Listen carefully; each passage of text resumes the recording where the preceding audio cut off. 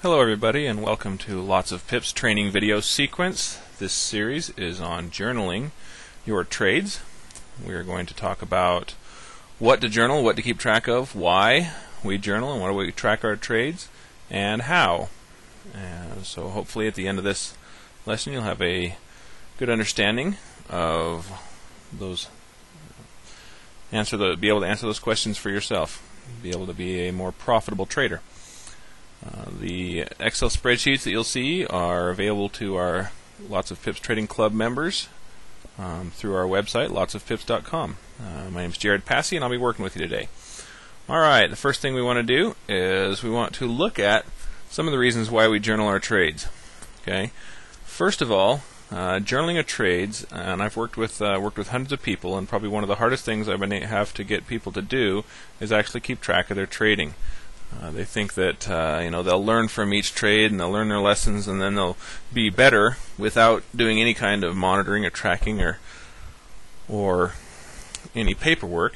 But usually people will continue to make the same mistakes quite a bit more often if they do not track their trades. They don't learn quite nearly as fast. One of the reasons why we'll journal a trade is to actually become a better trader. That's the main reason. We want to be better. We want to stop making mistakes. We want to learn which strategies are most effective. We want to see which tools we use that might not work or might work better. A journal is not necessarily to get your grandchildren to go and see how you traded later. It's for the sole purpose of becoming a better trader. Okay. Now, I'd say that probably maybe 5%, maybe even 10% of the people that are out there trading seriously probably journal or do some kind of tracking their trades other than just printing off the report that comes in the software in their trade manager.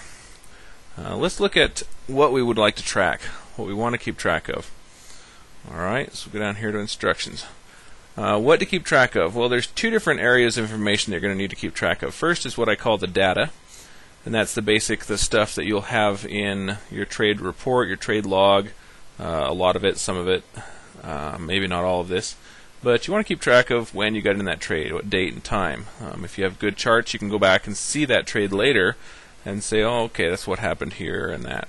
We want to keep track of which pair it was, of course, whether you went long or short, what the entry price was, the number of lots you traded, what your stop loss was, and your take profit, and what your exit price was. You want to keep track of how many pips you made or lost, and the dollar amount, profit or loss. And that's basically what the data is. Now this is where people that journal, pretty much that's where they cut it off. That's what they do, they keep track of that. But how much of this information is really beneficial for you becoming a better trader each time? Not a lot. You'd really have to spend a lot of time in analysis, which most people don't do, to be able to draw from any good conclusions on strategies and some of the way you trade. So what we do is I've put together a list of questions that I ask my traders after they place trades, and this helps people tremendously recognize what kind of a trader they are, how they trade, and where they could use improvement.